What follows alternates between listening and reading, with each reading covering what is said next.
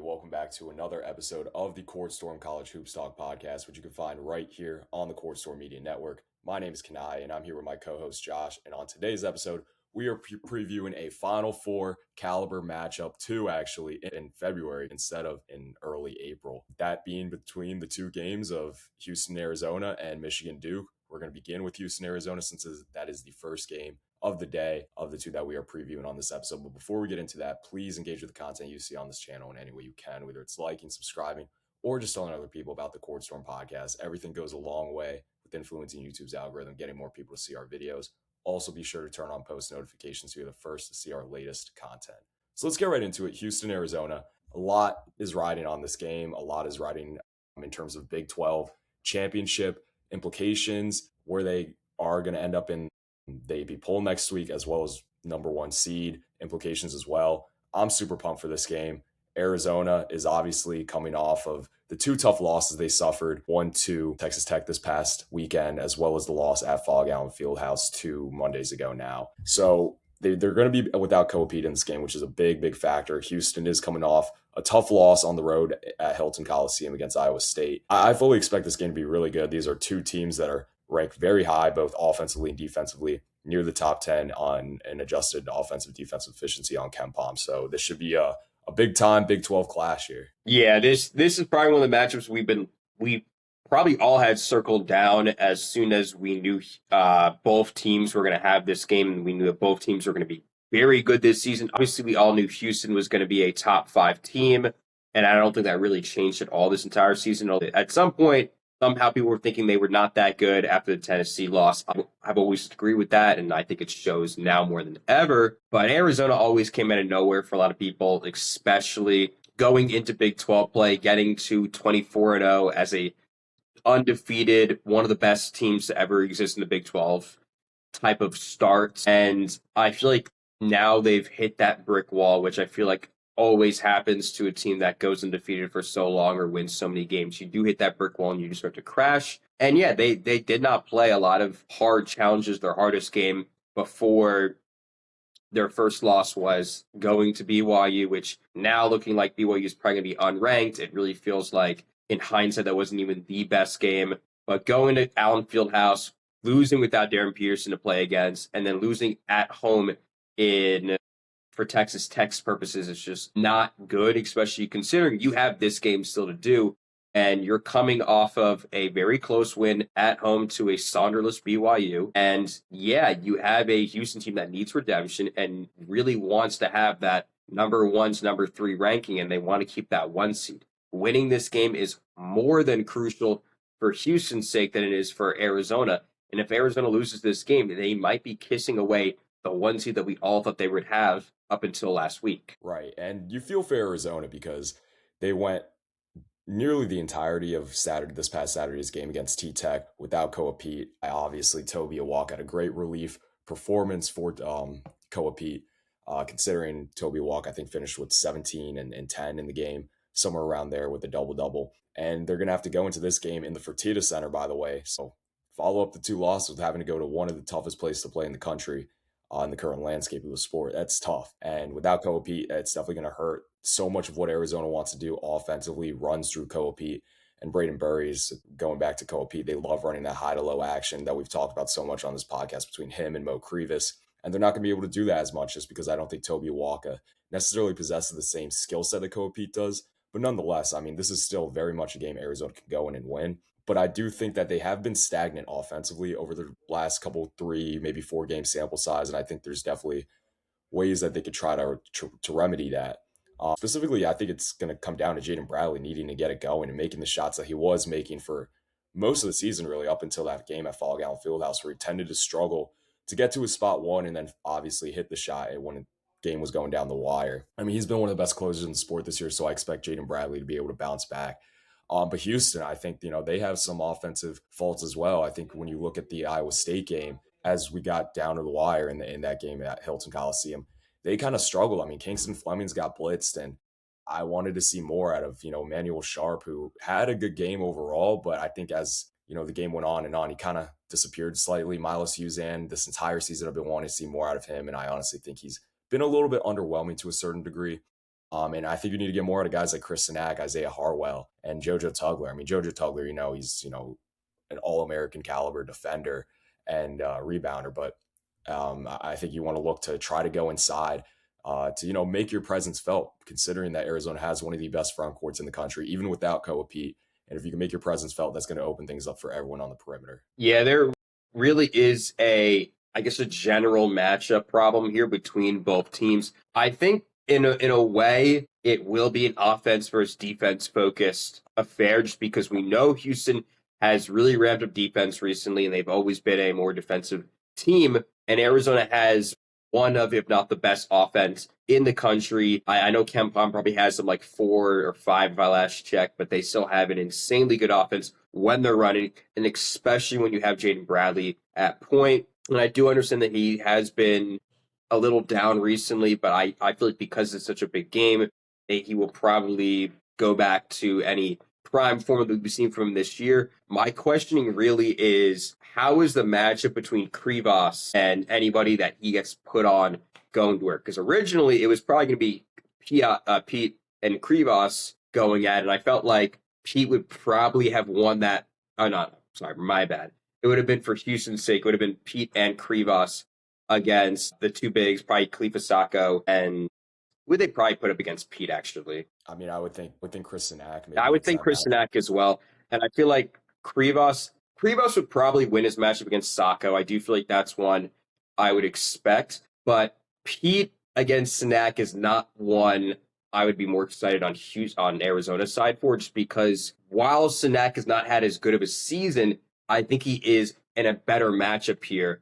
And I think that would really weigh down in it. And now that Pete is completely out of this scenario, I really wonder how they're going to defend Chris Sinak, because he really could be a lob threat, especially when Kingston Flemings gets the ball, and he's going to get the ball a lot. I really feel like this could be another 30-point game for Flemings, and just that he can run to the paint, probably make a good shot, probably get open shots, open opportunities. He'll definitely make Manuel Sharp get his buckets in. Like, I really feel like a lot of this will rely on Flemings and Snack, but I am very curious as to, like you said before, how they work around the Pete injury, because he does hold a lot of strength in the front court. And like, I like Krivas.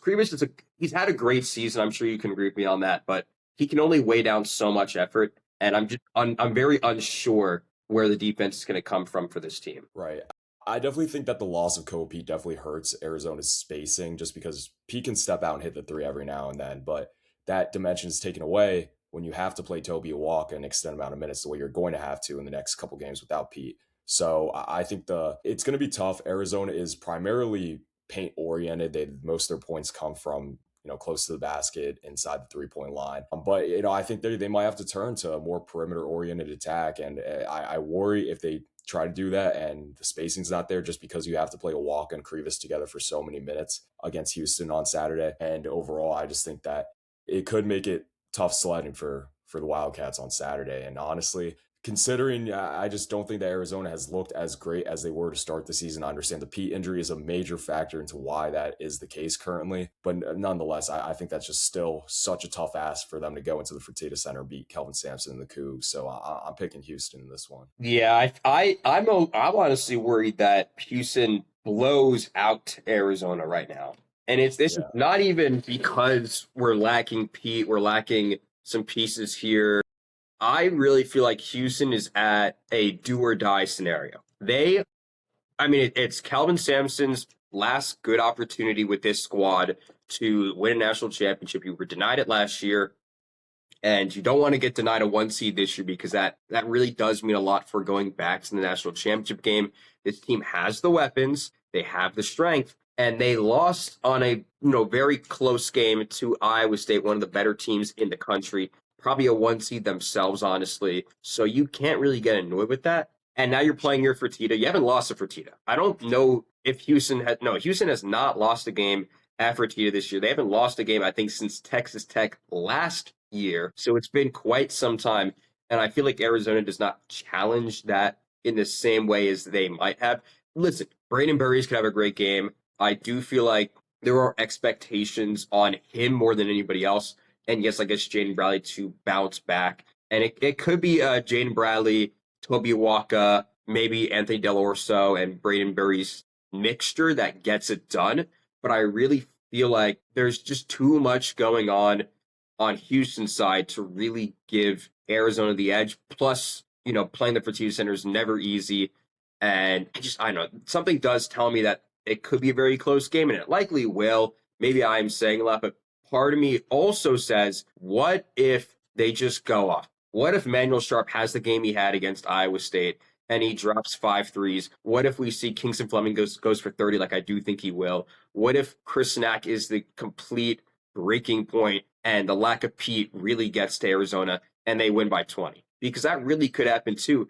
And then we're talking about an Arizona team that's, like I said before, not in a 1 seed position anymore. Yeah, a lot is riding on this game for Tommy Lloyd, and it's going to tell me a lot about where this Wildcats program is, just because you have those two tough losses between Kansas on the road and Texas Tech at home, and you don't beat BYU in very convincing fashion without, the Cougars, the BYU Cougars missing Richie Saunders for the rest of the season. So I think Arizona, I definitely view in a lesser light than I do Houston right now. Houston, I understand they are coming off the loss to Iowa State, but that by no means is a bad loss. And there was a very real chance they were going to win that game when they took a 10 or 13-point lead at one point in the second half. I forget off the top of my head how big that margin was at that point in the game. Yeah, But still, yeah. nonetheless, if Houston is able to close out and hit shots down the stretch and win the game, then I mean this Houston team looks really good right now, and they still do even following that loss. So I don't think they're going to lose the Fertitta. I'm picking the Cougs in that. But let's get into the next big game of the day: Michigan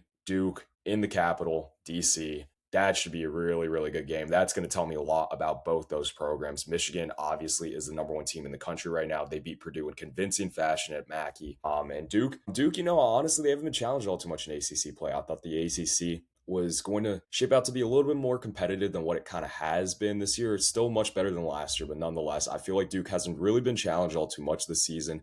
They obviously beat Michigan State on the road. That is a big win, but I don't think that Michigan State is in the caliber of a team like a Michigan and Arizona, Houston, Iowa State, so forth. And the one team that they did play against who could have potentially been a Final Four candidate had JT Toppin not been out for the year in Texas Tech. They had a huge lead in that game, blew that at the Garden, and ultimately lost. So I'm really curious to see if the John Shire and the Blue Devils are ready to take on the juggernaut that is the Michigan Wolverines right now. Yes, yes. And obviously, I think everyone's mentioned this before if you've been keeping track. These are two Final Four games right here. And Duke, Michigan honestly should have been 1-2. I think Duke was off by 5 or 6 points in the AP poll, individual points to get the number 2 spot. I don't know, last time we've had a 1 or 2. I will also say I'm very glad that a game like this does exist. And I do hope that in the future we see more of these random high-ranking non-con games in February, because I think that really gets teams back into the mantra. Because, like Kanaye said, Duke has not played much of the heavy competition that maybe Michigan has. Michigan has Purdue, Michigan State. They've played Nebraska. Like they've been through a very hard schedule, and their wins are well deserved. But and it's not to hate on Duke or anything, but they played a week in Louisville twice, I should say. Clemson's currently unranked, and they just lost to Wake Forest. Not really the best win looking back on it. Yeah, you blow out Syracuse by 40, but that doesn't really mean much. Like, they have not played a good ranked team and won on the road since I don't actually know, because they lost to Texas Tech. They lost to North Carolina. Like, the team is great, don't get me wrong. It's one of the better Shire teams, but this is not like last year's team where they were just blowing at everybody regardless of rankings. This team has opportunities to do that, but they haven't played any teams like that. And here you are having the number one team in the country, fresh off the best win of their season, in my opinion, and you pretty much have to win this game if you want to get a 1 seed as well. And honestly, if Duke wins this game, they probably get the number 1 overall seed. I think this game decides who gets number 1 overall seed for the rest of the season right now, because I really feel like unless Arizona wins at Houston, it's probably going to be between these two teams. And it is a hard choice, because you look at the metrics and look at the matchups, and they kind of scream Michigan, particularly the offensive matchups. I really feel like, while yes, both teams are very tall and do play strong in almost every position, I'm very worried, if I were a Duke fan, about what Roddy Gale is going to do, about what LJ Kaysen is going to do, about what Will Schneider is going to do, because the Michigan bench is more alive than it has ever been. And I just don't think that Duke can compete in a bench fight, which I think this game will come down to. Because you can't tell me that Roddy Gale doesn't get a good 10, or that Kaysen doesn't get a one or two threes, or Shedder in the same light, because you can't expect that from the bench off of Duke. Like, I don't think Kamania is going to do the same level of effort or is going to have the same success as any of those three guys I mentioned. I don't see it much of that from really any of the guys that they could pull out from their bench for Duke. And while that isn't the worst problem, Duke does run their starting five very well. They're probably going to need to go into their bench in this game. I really think it's going to be this is going to be a deep game for both teams. Michigan's bench production is really good right now. And that's not even talking about how good their starting five has been. Yeah, I love the point you brought up about the Michigan role players in that game against Purdue on Tuesday night. It felt that every time Purdue was starting to go on a run to try and come back in that game, one of the Michigan role players, LJ Kaysen, Will Cheddar, I believe in the first half, he hit that one in the corner. Namari Burnett, he starts, but Roddy Gale, they just had a plethora of guys coming and bang home big time 3-pointers that really kind of gave them some more breathing room to avoid a true comeback effort from Purdue. And just defensively, well, Michigan's been this entire year. They're the best defense in the sport right now. And positionally, they have so much size. Duke does too, but I'm really curious to see how they match up because you're going to have Big Pat and Ngangba on what I believe Adai Mara, and Adai Mara definitely has a couple inches on Big Pat. So that's definitely going to be something that I'm curious to see how Big Pat handles, just considering Adai is always a lob threat. I know he was in the foul trouble against Purdue, so we didn't see a big volume of minutes from him on Tuesday night, but nonetheless, if he can stay out of foul trouble, then that's a lot for Pat Ngangba to deal with. Cam Boozer is going to have a really tall task in staying with Merez Johnson, although I think that Merez doesn't space the floor all too much, and I think that Cam should probably be able to win that matchup, I would think. What I'm most curious to see is I think something that's being under talked about going into this game is the role that Dame Sar is going to be in. Probably being the guy who defends Yaxel Lendeborg. Yaxel Lendeborg is by far the driving engine of the Wolverines this series, their best player. All-American candidate, Big Ten Player of the Year candidate. And while he didn't even have the biggest scoring performance against Purdue, and while he hasn't honestly shot the three ball all that great, again, once Michigan got into conference play, just the job he can do in playmaking for others. I believe he had 7 assists against Purdue. Just what he can do in creating for others and being an unselfish guy when Dusty May has asked him to be more selfish in the past. I think that's just so much to deal with. You know, he can go off for 20 plus on any given night. He can dish it out as we saw against Purdue. And he can hit big shots from three, like we saw again against Purdue on Tuesday night. And I do think that a lot of this game and the outcome is going to come down to the play of their respective backcourts. I think Ellie Cadeau probably had his best game of the season against Purdue on Tuesday night, but he is still very turnover prone. And I think that if you pressure him the way that backcourt has been able to do to a lot of teams this year between Caleb Foster, Caden Boozer, Dame Sar, Nicholas Kamania, the guys that Isaiah Evans honestly has surprised me with some of his defensive performances this season. I think if they can get up and pressure Elliot Cadeau, Namari Burnett, Roddy Gale, LJ Kaysen, whoever it is on the floor in the backcourt for the Wolverines, that's going to definitely help them a lot. I think the recipe to beating Michigan is you need probably make close to 10 threes in a game, which is definitely possible for the Blue Devils to do, considering you have a flamethrower at the 2 and Isaiah Evans. You have Caleb Foster, when he's hot, he can knock it down. Cam Boozer can step out and hit them, which is another big factor. You need bigs who can pull Merez and Ademara out of the painted area to open things up. And I think you need to force turnovers. You need to take advantage of Michigan's faults in their half court offense at times. Yeah, I will say this. Part of me also could see, and I know you mentioned this before with Dame Sar. I could also see Cam Boozer being on Yaxel. I know the matchup isn't necessarily there, but from a general standpoint, you want to put your most talented player against probably your most talented opposing player.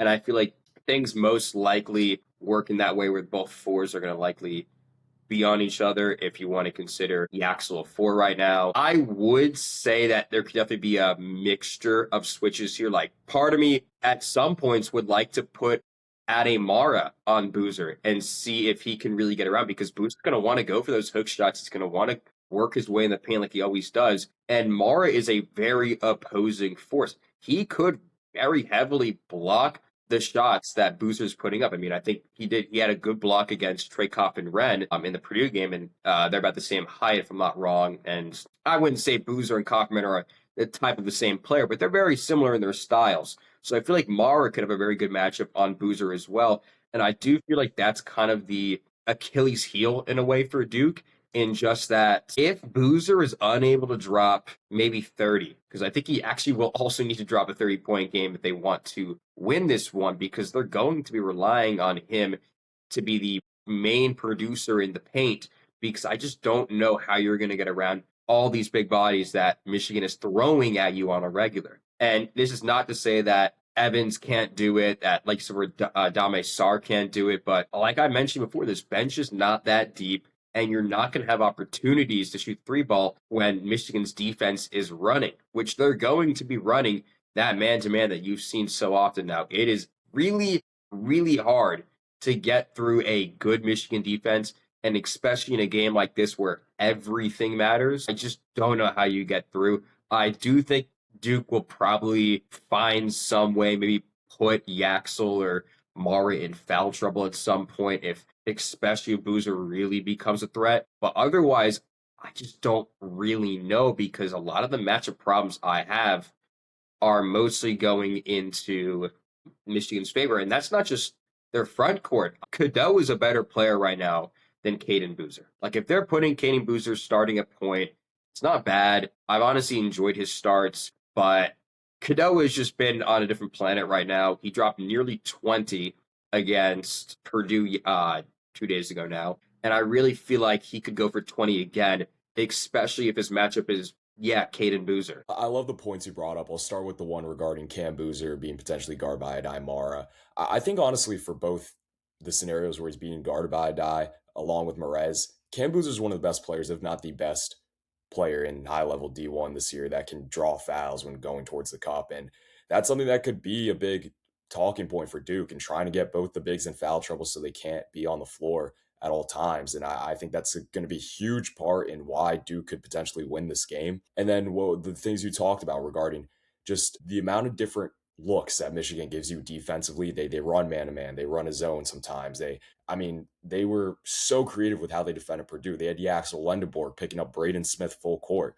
And just when you have a 3-4 man who's picking up the other team's point guard full court, that just allows you to do so much on the defensive end of the floor and shows so many different kinds of looks and sets to really confuse the other team's coaching staff. And hey, I mean, we talk about Shire a lot on this podcast and how there's tends to be a lack of second half adjustments from him and a lack of execution down the stretch. This is a close game.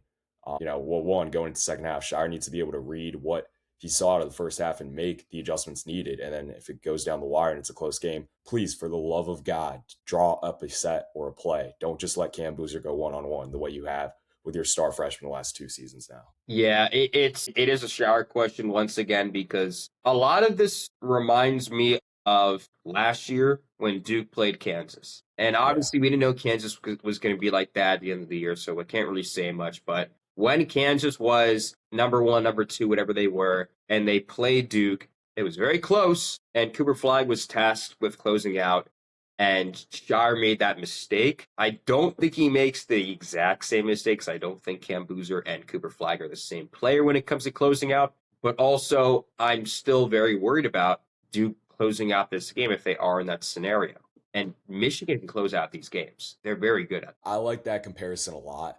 I honestly want to throw out another comparison. This, of course, the Coach K was still there, different team that Duke is going up against, but this almost reminds me of the 2021 season where Duke with Paulo Banchero is taking on Gonzaga with Drew Timme, of course, Chet Holmgren, Nemhard, Julian Strother. I feel like this matchup has so many similarities to one we're going to be seeing on Saturday with how much is on the line and how good both programs have been and just the makeup of the teams. Gonzaga was a huge, very tall lineup, and Duke, obviously, star 4-man who is a freshman and likely to be a top 3 pick in the draft. Of course, Paulo in 1. We'll see where Cam goes. But nonetheless, I mean, there's a lot riding on this game. This game, whoever wins, is going to tell us a lot about both programs. Michigan, if they come out, they are head over heels the favorite to win it in my eyes, and they will continue to prove that they are the juggernaut that they have been up to this point in the season. Duke, they're able to win this game. It's going to tell me a lot about them, man. Again, we talked about earlier in the season, I feel like they haven't been tested all too much this year. In the games where they have been, they ended up losing, kind of following the themes of last year. So it's going to tell me a lot about Shire. It's going to tell me a lot about how far this Duke team can go and where they stand right now. But let me say, I'm so excited for this Saturday because these two games, and I'm definitely going to be locked in on them. But all around, Saturday is just going to be an amazing day for the sport. Yeah, no, I 100% agree with you. I personally really, really wonder a lot about this Duke Michigan game because a lot of general metrics say that Michigan wins this game by a good margin. Yeah. And I feel like there's once again a chance here that unfortunately we might get blowout games in both of these scenarios. I don't know if that does happen because both teams are going to play, or all four teams are going to play their hardest. All of them want a one seed, if not the overall one seed, and all can still get it. But there might be levels to this where, like, Michigan might just be a better team than everybody else Yeah. on this list. That said, though, and while I am choosing Michigan right now to win, I feel like, yes, Duke has an opportunity. And if things do work out in that way, if Michigan does lose, I think Duke becomes the number one overall team. Then the question I actually want to ask you is what happens if Duke wins, Michigan loses, and then Houston wins and Arizona loses? So all but Duke loses this week, and then add in the fact that UConn at 5 lost, add in the fact that Purdue at 7 lost, add in the fact that Nebraska at 9 lost. What's our top 5 going to look like? Because a lot of teams are moving out of the top 10 this week, or at the end of this week, and we really could see a completely different top 5 than what we were expecting if a lot of these big teams lose in these big games. I mean, I think your top five would probably end up looking like in the scenario of a Duke win on Saturday. I think Duke is probably the number one team in the country next week. You're probably looking at Iowa State at number two, assuming that they're able to close out the week without a loss. I would honestly think that Michigan probably doesn't fall all too far. They might end up at three. You could also see Houston at three if they beat Arizona, even despite the loss to ISU. And then following that, I think it probably end up being whichever one of the two that wasn't three goes to four, and I think you have Arizona at five probably. Yeah, and I feel like none of these teams should fall past 5 No, just right. because like so for UConn lost and UConn is probably going to drop close to 10. Purdue will drop close to 10. Nebraska will likely drop outside of 10. So I feel like yes, there is room to drop, but there's also so few teams that could really rise. Like maybe Illinois rises in,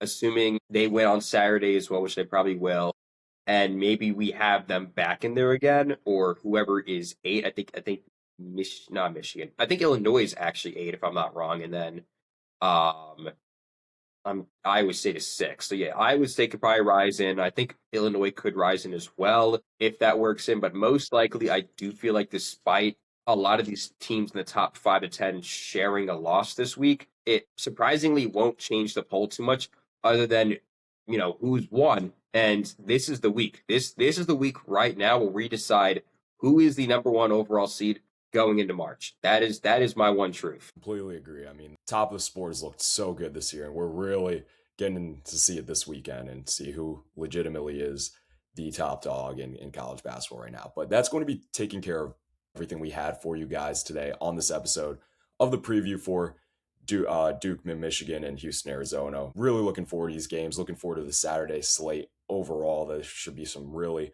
high marquee games that we see. A lot of big time action in the sport. Love to see it. But until next episode, see you all next time.